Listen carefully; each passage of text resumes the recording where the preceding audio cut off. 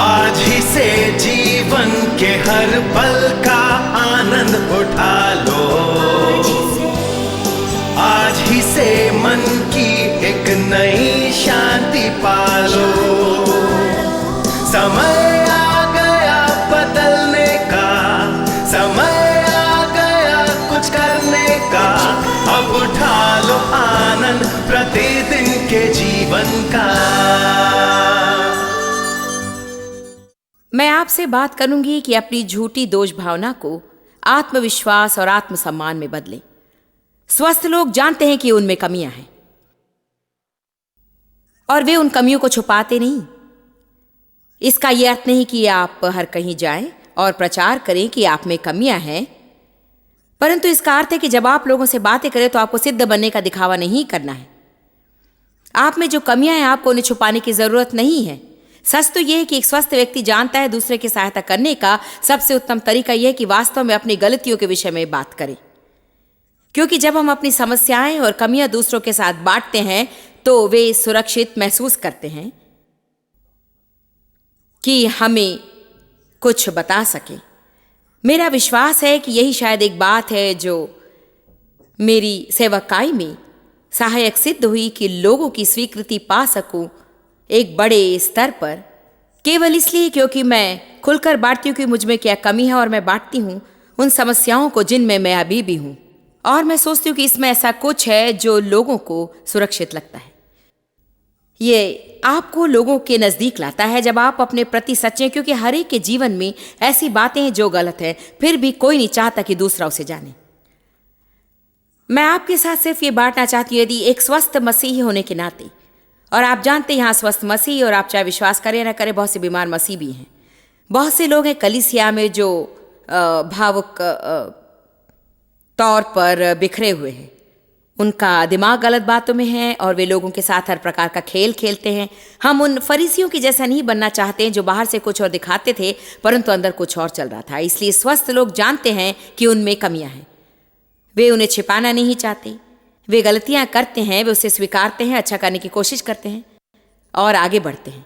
ये इतना कठिन क्यों होता है हमारे लिए कि हम कह सके मैं गलत था, ये मेरी गलती थी, या मैं इसके लिए प्रार्थना कर रहा हूं परंतु ये मेरी कमजोरी बनी हुई है। मेरा विश्वास है कि परमेश्वर मेरी मदद करेगा, परंतु यदि मैं आपसे सच कहूं यह कोई स्वाभाविक रूप में मेरे लिए मजबूत क्षेत्र नहीं था। मेरा विश्वास है, अब आप इसे ध्यान से सुने जो मैं कह रही हूं, क्योंकि यह संबंधों में गड़बड़ी का प्रमुख कारण है। मेरा विश्वास है कि हमें केवल यही नहीं जानना है कि हम मसीह में कौन हैं और हम क्या कर सकते हैं और हमारे क्या वरदान हैं, परंतु मैं सोचती हूं हमें यह भी जानना है कि हम किस बात में अच्छे नहीं, और हमें ये बताने से नहीं डरना है। तुम जानते हो क्या, मैं इस बात में अच्छी नहीं हूं। परमेश्वर ने हम सभी को वरदान दिए हैं परंतु हर एक को समान वरदान नहीं मिले हैं, इसीलिए हमें एक दूसरे की आवश्यकता है। इसीलिए मुझे जरूरत है अपने आप में स्वीकारने की कि मैं अच्छी नहीं, और मुझे परमेश्वर से मांगना है कि वो किसी को मेरे जीवन में लाए जो उस बात में अच्छा हो। और जब हम साथ कार्य करेंगे, हम एक देह रहेंगे। एक बात जिसमें हम अक्सर संघर्ष करते हैं हमारी सेवकाई में, कभी कभी हमारे स्टाफ के साथ, हमारी अपनी सेवकाई में है करीब 20 सालों से। इन सालों में हमारे कई अनुभव रहे जब कोई हमारे साथ नई शुरुआत करता है और वे एक क्षेत्र में निपुण हैं और वे 5 या 10 लोगों की अगुवाई अच्छे ढंग से कर रहे हैं, परंतु जब उस प्रभार में लोग बढ़ने लगे और बढ़े और बढ़े और अब अचानक से वे 10 और 20 हो गए, फिर 25 और फिर 50, फिर 75 और फिर 100। और अब ये व्यक्ति जो 10 लोगों की अगुवाई अच्छे ढंग से कर रहा था, 100 लोगों की अगुवाई करने में दबाव महसूस कर रहा है। हर तरह के दबाव में एक अच्छा कार्य नहीं कर पा रहा है और हर बार सुधारा जाने लगा, और फिर भी वो कोशिश करता है उनसे बात करने की कि कुछ को जाने दें और किसी और को ये पद दे दें, शायद कोई दूसरा स्तर दूसरे पद पर, और ओ प्रभु मुझ पर दया कर, हम अपना पद दूसरे को नहीं देना चाहते हैं। ये सचमुच अद्भुत है कि हमारा पद हमारे लिए कितना महत्वपूर्ण होता है, या हमारा कार्यस्थल, या हमारा नाम कितनी बार दरवाजे पर लगा है, और अब कॉर्पोरेशन के फ्लो चार्ट में हमारा स्थान कहाँ है। मैं ऐसे लोगों को जानती हूं जो कहते हैं कि यदि मैं ये बदलाव लाऊं तो मैं फ्लो चार्ट में कौन से स्थान पर रहूंगा। मैं आपसे ईमानदारी से कहूं, ये सचमुच एक समस्या है।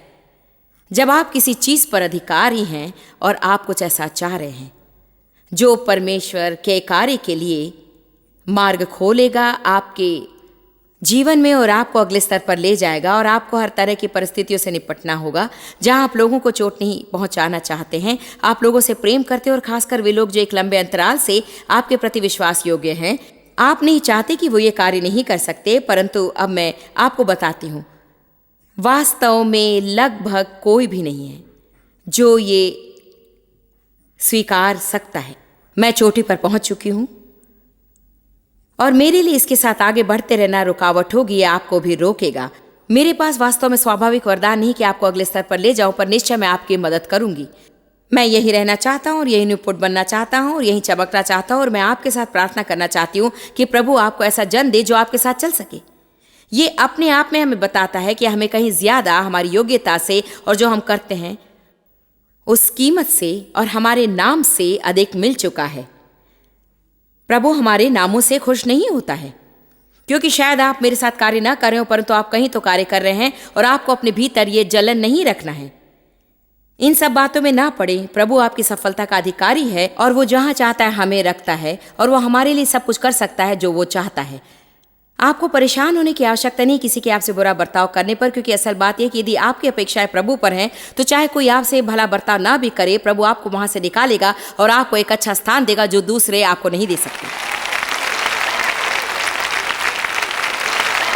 हमारा कल का सत्र हमने समाप्त किया कि कैसे हम गलत लोगों से अपेक्षाएं करते हैं, और कैसे हमारी सबसे बड़ी समस्या और जो बात हमें ज्यादा दुख देती वो ये कि हम हमारी अपेक्षा लोगों पर रखते हैं कि वे हमारे लिए कार्य करें और हमें प्रसन्न करें और हमारी मदद करें, बजाय इसके कि हम प्रभु पर अपना भरोसा रखें।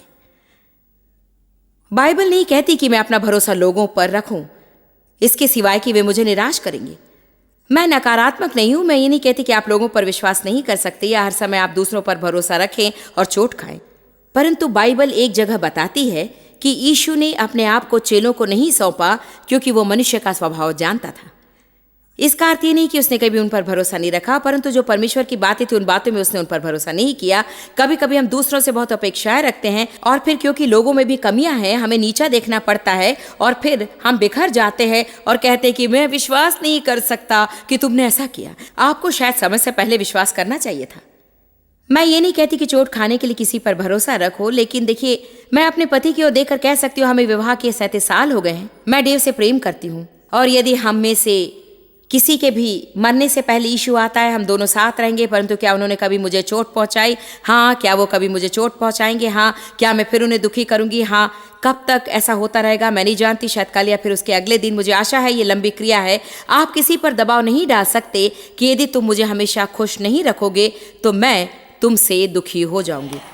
हमें एक दूसरे को मनुष्य होने की छूट देना जरूरी है। आप में से एक भी नहीं जो प्रभु से विवाहित हो।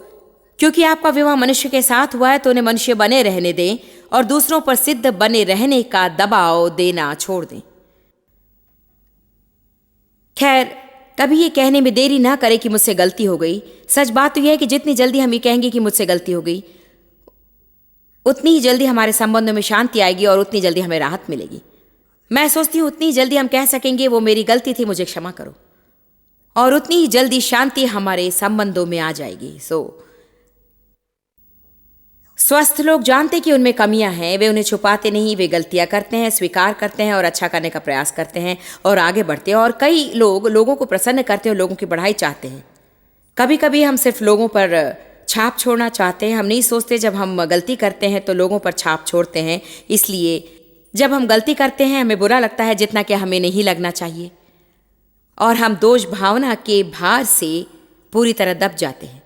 मैं कल इस बात को सोच रही थी। मैं जानती हूँ प्रभु मुझसे प्रेम करते हैं, मुझे इसका प्रकाशन मिला है, और मैं जानती हूँ कि प्रभु मुझे क्षमा करते हैं। मैंने इसका लंबा अध्ययन किया है। मैं यीशु के लहू की सामर्थ को जानती हूँ कि यदि मैं कोई पाप या गलती करूँ और उससे मांगू, मैं जानती हूँ वो मुझे क्षमा करेगा, और जानती हूँ वो इसे भूल कर उसे उतनी ही दूर कर देगा जितना उदयाचल अस्ताचल से है। और मैं विश्वास करती हूँ, और मैं आज सुबह ही इस बात को सोच रही थी, मैं सचमुच विश्वास करती हूँ कि जब कभी मैं गलती करती हूँ तो मैं प्रभु की बजाय लोगों के विषय सोचती हूँ।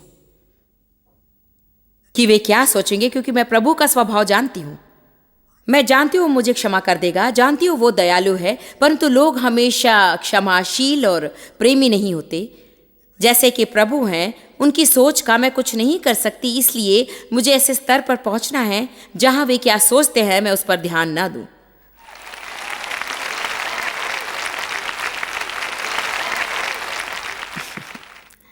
क्योंकि चाहे आप कुछ भी करें, यदि किसी को आपके विषय बुरा सोचना है तो वे आपकी कुछ न कुछ बुराई ढूंढ ही लेंगे। यदि ये बात नहीं तो दूसरी बात होगी। क्या कभी भरपूर हुआ है? कभी नहीं। यदि आप ऐसे लोगों से जूझ रहे हैं, यदि ये नहीं तो कुछ और चाहे आप अच्छे भी हों, तब भी आप में कुछ तो कुछ कमी होगी, है ना? बाइबल में यीशु ने उस जवान से कहा, तुम में एक बात की कमी है। उसने कहा, मैंने ये करा, और उस जवान का एक अच्छा विवरण था, माफ करना भाई, तुझ में एक बात की कमी है।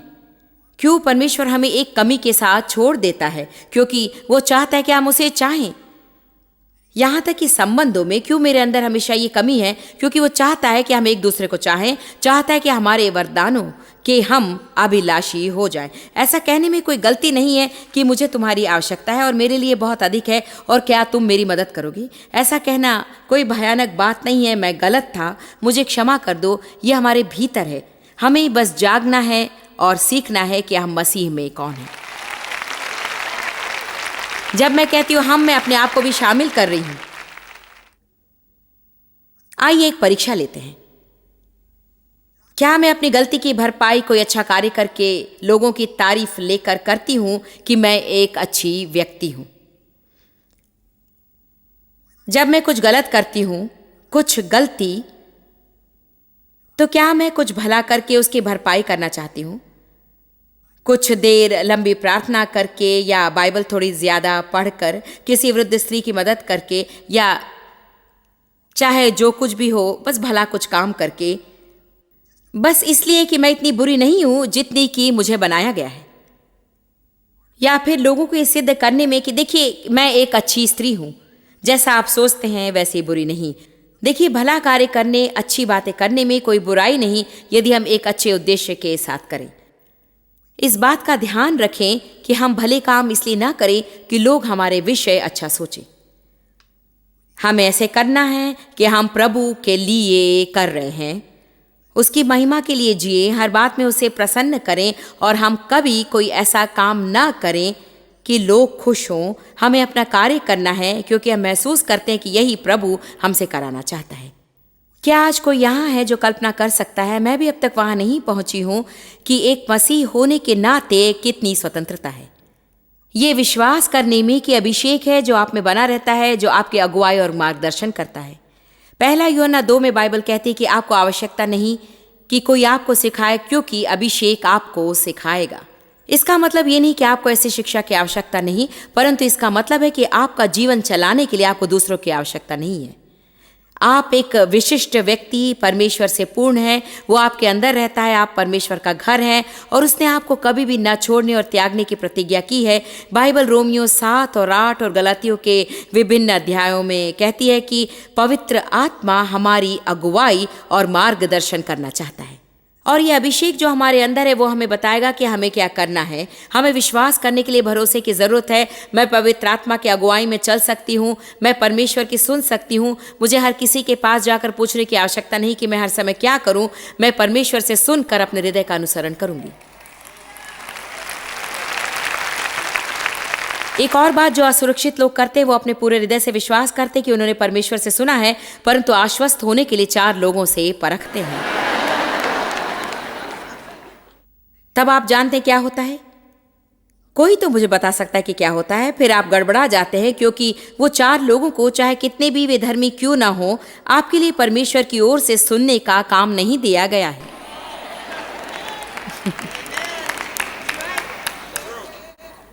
सही बात है ना?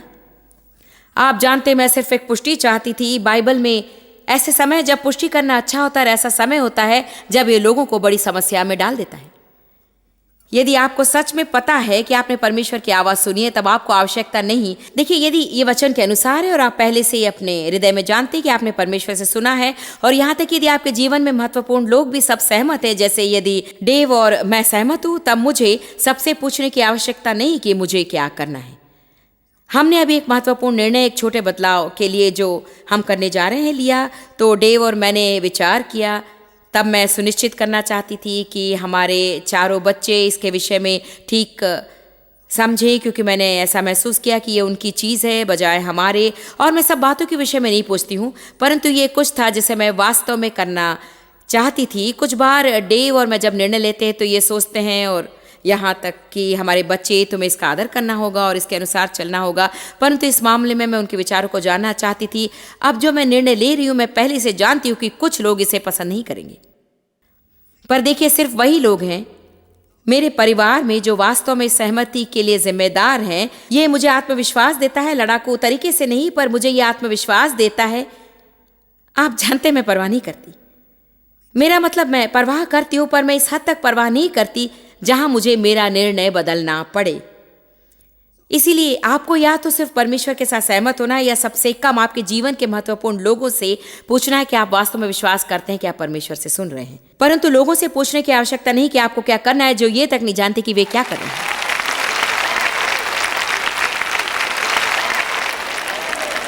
देखिए, यहां पर एक दुखद बात है।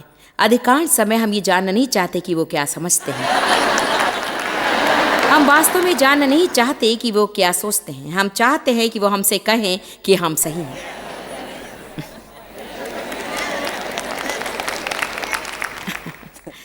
डेव और मैं आपस में ऐसा अक्सर करते हैं। मेरा मतलब, मैं भी ऐसा करती हूँ। वो मेरे पास आते हैं और कहते हैं, क्या तुम्हें इस सूट के साथ ये टाई अच्छी लगती? नहीं, मुझे अच्छी नहीं लगती। क्या मतलब तुम्हारा? तुम्हें पसंद नहीं आई? ये कुछ ऐसा है। यदि तुम नहीं चाहते कि जो मैं सोचती हूँ उसे बताओ, तो यहाँ कर मुझसे मत पूछो। यदि तुम्हें पसंद है तो पहन लो। फिर मैं उनके साथ ऐसा करती हूँ। मैं कहती हूँ, क्या तुमको ये पसंद आया? नहीं, मुझे नहीं आया। तुम्हारा क्या मतलब कि तुम्हें अच्छा नहीं लगा? सबको ये मुझ पर अच्छा लगता है, वगैरह वगैरह वगैरह। इसलिए देखिए, वास्तव में हम ये नहीं चाहते कि कोई हमें बताए कि वो क्या सोचते हैं, क्योंकि यदि सच में हम उनके सुझाव चाहते हैं तो उसे पाने पर हम उनसे बहस नहीं करेंगे।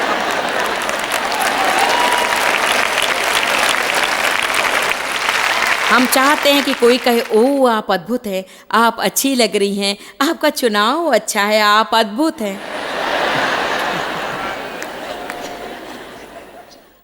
जैसा मैंने सोचा था उससे अच्छा प्रचार कर रही हूं।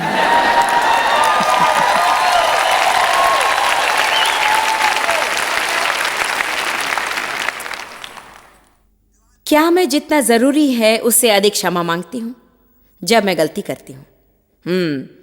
क्या कोई है जो ऐसा पहले से ही करता है? आप जानते हैं, कई बार ऐसा होता है। यदि मैं ऐसे किसी के साथ हूं, ऐसा होता है, ठीक है, तुम पहले ही 4 बार क्षमा मांग चुके हो, तुम्हें और मांगने की जरूरत नहीं है।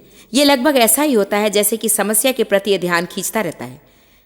यदि आप उसको करते रहे करते रहे करते रहे और करते रहे। मैं सोचती हूँ क्षमा मांगना बड़ी बात है, और मैं सोचती हूँ ये बहुत ही महत्वपूर्ण है। मैं सोचती हूँ कि वो शब्द मुझे माफ़ करें, क्षमा करें, स्वतंत्रता लाते हैं, परंतु मैं नहीं सोचती कि हमें क्षमा मांगते ही रहना है। जब कोई मुझसे कहता है कि मैं क्षमा कर दी गई हूँ, तो क्या फिर भी मुझे दोषी महसूस होना है? जब कोई आपको स्वतंत्र कर देता है और कहता है, हे मैं तुम्हें क्षमा करता हूँ, ये उस बात का अंत होना चाहिए। आमीन। जब दूसरे मुझे परखते हैं या वे मुझसे प्रसन्न नहीं होते, तो क्या ये मेरे मन को प्रभावित करता है? क्या ये बड़ी बात नहीं? यहां तक कि यदि मैं जानती हूं कि मेरा हृदय सही था जब मैंने चुनाव किया, यहां तक कि यदि मैंने प्रभु की आवाज सुनने का सबसे उत्तम प्रयास किया और अपने पूर्ण हृदय से विश्वास किया कि मैंने प्रभु से सुना है, और अब ये व्यक्ति कहता है कि मैं इससे सहमत नहीं, तब क्या ये मेरे मन को खराब करता है, उदास करता है, निराश करता है? ये एक बड़ी बात है। मैं स्वयं से बहुत अधिक आशा करती हूं, इसीलिए मैं हमेशा गिरती हूं और मेरे पास हमेशा दोषी महसूस करने के लिए कुछ होता है। अवास्तविक अपेक्षाएं भी होती हैं। क्या आपको पता है, शायद ही आपके जीवन में कोई ऐसा एक दिन होगा जब आप सब कुछ जो आपके लक्ष्य सूची हैं उसे प्राप्त करें। जानते क्यों? क्योंकि जीवन घटता रहता है। आप शायद ये सब कर सके यदि सब कुछ सही ढंग से हो, परंतु ऐसा नहीं होता है। हम असली जीवन जीते हैं। फोन बजता है और कोई हमसे अधिक बात करना चाहता है। फोन बजता है, कोई हमसे कुछ ऐसा कहता है जो हम नहीं सुनना चाहते, और एकदम से दिन भर का सब काम रुक जाता है और हमारी सूची में एक और काम बढ़ जाता है। आप जानते हैं मैं क्या कह रही हूं। इसलिए हमें अपने ऊपर गलत अवास्तविक अपेक्षाएं नहीं रखनी चाहिए। मुझे फिर से कहने दें, मुझे अपने आप से अधिक अपेक्षाएं हैं।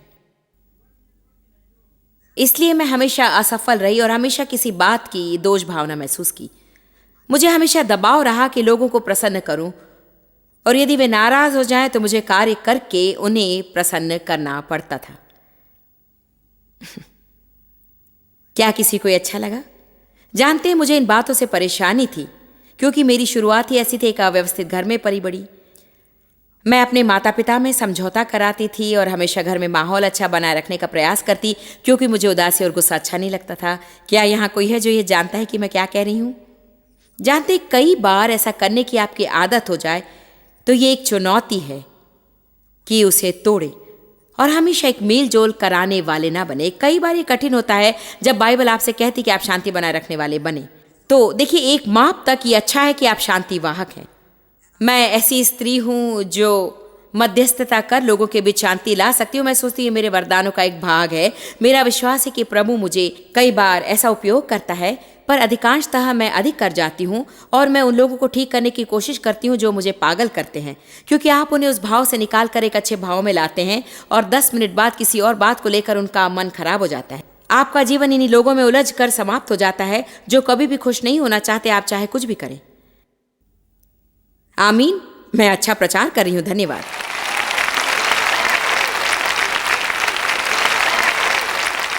मैं आपसे कहूं, मसीहियों को दोषी महसूस होकर घूमने की आवश्यकता नहीं।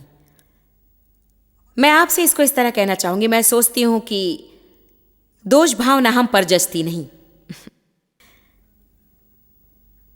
मुझे चाहिए कि मैं धार्मिकता के वस्त्र पहनूं। मुझे चाहिए कि मैं मेल के जूते पहनूं, ना कि झगड़े और उपद्रव के। देखिए, जब मैं चिंता, झगड़े और उपद्रव के जूते पहनती हूं तो ये ऐसे जूते पहनने के समान है जो 2 नंबर छोटा हो। आज मैंने सोचा कि किसी और के जूते पहनूं जिसका नाप 5 और अपनी बात को बताने के लिए उसे यहां पहन कर आऊं। पर मैं सोचती हूं कि आप समझते होंगे कि मैं उसमें कितना दर्द महसूस करती और कितनी मूर्ख में लगती और कितना ये मेरी चाल को प्रभावित करता। देखिए, बाइबल हमारे मसीह चाल के विषय में बात करती है और हमें मसीह में कैसे चलना है और प्रेम में कैसे चलना है और शांति में कैसी चाल चलना है। जब हम इन सब चीजों को पहनते हैं जो हमें मसीह में नई सृष्टि होने के कारण नहीं जचते, क्या आप समझ रहे हैं? फिर हमें असुविधाजनक लगता है और कुछ सही नहीं है। हम मसीह में सही चाल नहीं चल सकते हैं। हम अशांत होते हैं, हम चोट पहुंचाते हैं और फिर यह हमें दूसरों के साथ गुस्सैल बनाता है। ईमानदारी से कहूं, यहां तक कि यदि मैं आज ऐसे कपड़े पहनूं जो 2 नाप छोटा, और कुछ बार लोग ऐसा करने की कोशिश करते हैं क्योंकि वे इस बात को नहीं मानना चाहते कि वे मोटे हो गए हैं। मैं उस बिंदु तक पहुंच गई कि मेरी उम्र जितनी बढ़ती है मैं उतनी ही आरामदायक बनना चाहती हूं। मेरी कमर कसी हुई नहीं होना चाहिए, मैं असुविधाजनक नहीं रहना चाहती। मैं नहीं चाहती कि मुझे इससे खुजली चले या खरोंच आए। बस लगता है मैं अच्छी भी दिखूं और आराम से भी रहूं। मेरा विश्वास है कि बहुत से मसीही एक मसीही होने के कारण आराम से नहीं है, क्योंकि वे वो पहन रहे हैं जो उन्हें बिल्कुल नहीं जचता। हम मसीह में नई सृष्टि हैं, हमें पुराना मनुष्यत्व उतारना है और नया पहनना है, और आपको उन बातों से बाहर निकलना है जिन्हें अब आप नहीं पहन सकते। आज हम बात कर रहे थे कि हमें मनुष्यों को प्रसन्न करने वाला नहीं बनना चाहिए, परंतु हमें चुनना है कि प्रभु को प्रसन्न करें। और मैं आपको सच में उत्साहित करूंगी कि पवित्र आत्मा की अगुवाई में चलें, और जब आप ऐसा करेंगे लोग हमेशा आपके निर्णय को समझ नहीं पाएंगे, परंतु स्थिर रहें और प्रभु के पीछे चलें, क्योंकि जब आप उसके पीछे चलेंगे आप सही स्थान में पहुंच जाएंगे।